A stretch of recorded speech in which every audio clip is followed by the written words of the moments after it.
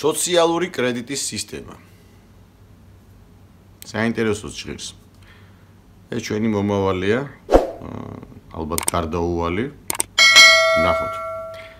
ჩინეთში ეს არის ერთ-ერთი ყველაზე საკამათო და ინტრიგის მომგვრელი პროექტი, რომელიც ეგრეთ წოდებულ სოციალური კონტროლის სისტემის ნაწილს წარმოადგენს. იგი შექმნილია სახელმწიფოს მიერ, რათა უზრუნველყოს ჩინეთის მოქალაქეთა მოვალეობების შესრულება. ეს დღეს ჩინეთში. ხვალ ნახოთ რა იქნება სხვაგან. ძირითადი იდეა. რა არის ძირითადი იდეა? სოციალური კრედიტის სისტემა ჩინეთის მთავრობას ეხმარება მოქალაქეების ქცევის მონიტორინგში და მათ ქცევაზე რეაგირებაში. ეს სისტემა მოიცავს რამოდენიმე კომპონენტს: კრედიტული ქცევის შეფასება, ინტერნეტზე და სოციალურ ქსელებში ქცევის კონტროლი, პოლიტიკური და ეკონომიკური ვალდებულებების შესრულება. რა მეთოდებით ხდება შეფასება? მთავრობაში ამოიღებენ მონაცემებს მოქალაქეების შესახებ. ამ ინფორმაციის საფუძველზე იზრდება მათი სოციალური ქულა, რომლის მიხედვითაც ხდება მათი მოტივაცია ან დასჯა. აქამდე ასეთი ქულები იწერებოდა მხოლოდ ფინანსურ ქმედებებზე. მაგალითად, საკრედიტო ისტორია, გაშავება, ჩვენებურად რო თქვა თბილისურად, მაგრამ ჩინეთის სოციალური კრედიტის სისტემამ გაფართოება დაიწყო. და ახლა იგი შეფასებას აკეთებს ადამიანის პირად ცხოვრებაზე. ეს არის ყველაზე მთავარი. ხაზი უნდა გაუსვათ პირად ცხოვრებას. თუ მოქალაქე ყოველთვის ითვალისწინებს კანონებს, გადახდის ვალდებულებებს, სახელმწიფოს მიერ შემოთავაზებულ გეგმებს და სისტემატურად მონაწილეობს კომუნალურ საქმეებში, მაშინ მის ქულას გააუმჯობესებს. თუ პირი დაარღვევს კანონებს ან არ შეასრულებს დებულებებს, მისი ქულა დაიწევს, რამაც შეიძლება გამოიწვიოს შემდეგი სასჯელები. შეზღუდვა გადაადგილებაზე, თვითმფრინავში ასვლა, მატარებელში, საზღვრის გადაკვეთა, ფინანსური სარგებლის დაკარგვა, კრედიტი ან რაღაცა, რა ვიცი მე. პლუს ამას კიდე რას ნიშნავს, ხო?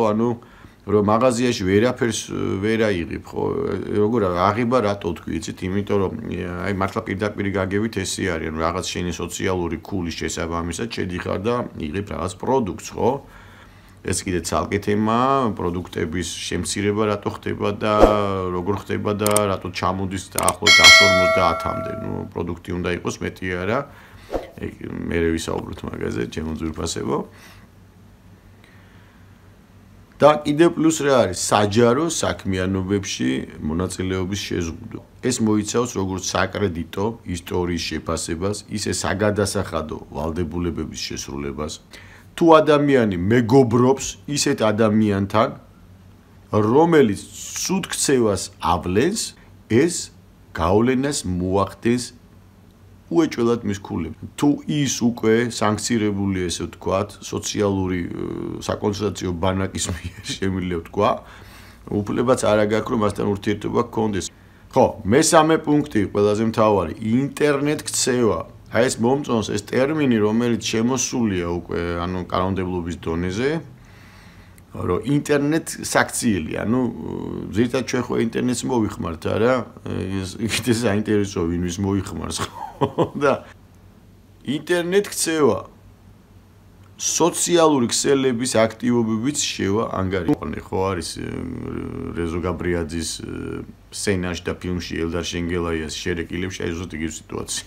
მე მგონი, ხო მოდით აი დადებით და უარყოფით მხარეებზე ვისაუბროთ ახლა. რა დადებითი აქვს? აი ნახეთ.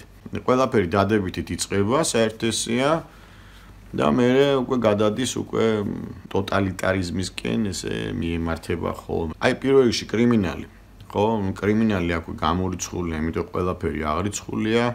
ყველგან კამერები დგას, ყველგან ის არის სოციალური ქულა გაქვს, მიბმული ხარ თავიდან ბოლომდე შენი სხეულით ინტერნეტზე და აქედან თან შეუძლიათ იცი აი ნახე საინტერესოა რომ ანუ ალგორითმია ესეთი აი შენ ჩაიდენ თუ არა რამე ბოროტებას უცბად და იმამ და გამოიანგარიშოს შენ რომ მიდიხარ და ან ხელი ესე გააკეთე ან არ ვიცი რაღაცა ქენი ხო ისეგრევე ჩათვლის ანუ როგორ ვთქვათ ეს სხეულის ენის მიხედვით ალგორითმიდან რომ შენ რაღაც საშავებ ანუ პრევენციას აკეთებს და შეიძლება ამ დროს მოვიდეს უკვე სხვათა შორის არა უკვე ორფეხა ადამიანი, არამედ შეიძლება ოთხფეხა ცუგა, რომელმაც შეიძლება არა თუ დაგასანქციროს, არამედ კარგად უფრო უხეში ძალებით იხმაროს. ყველაზე მთავარი რაც ამ სისტემაში არის, ეს პირადი თავისუფლების შეზღუდვა. ადამიანებს, რომელსაც აქვთ დაბალი ქულები, შესაძლოა განიცდიდნენ შეზღუდვებს. ისევ და ისევ ვიზიტების აკრძალვა ის სტუმრად დაც ვერ მიხვალ რა მოკლედ ესე იგი თუ იმას დაბალი ქულა აქვს იმას თუ გაეკარები შენს ავტომატურად ჩამოგეჭრება თანმეცინება მაგრამ ეს რეალობაა ჩემო მეგობრებო მოკლედ ყველაზე საინტერესო ისაა რომ ეს არის სისტემა რომელიც სოციალურ ქმედებებს აკონტროლებს აი ეს არის სოციალური, როგორ ვთქვათ, ციფრული საკონსტრუქციო ბანაკი. მე ესე მიმაჩნია, არ ვიცი ხო თქვენ გადაწყვეტეთ იქნება ვჩდები, ეს ჩემი პირადი მოსაზრებაა, მაგრამ მე პირადად ნამდვილად არ მინდა ინვესტიან პასუხისმგებელი ჩემი ქულებით რა. ნუ ფაქტიურად ეს არის ღმერთმონაცვლეობა, ხო? ანტიქრისტე ნიშნავს ზუსტად ამას. ჩემის ანტე ნიშნავს ამოწინააღმდეგეს არ ნიშნავს ძველბერძნულად, ნიშნავს ნაცვალს.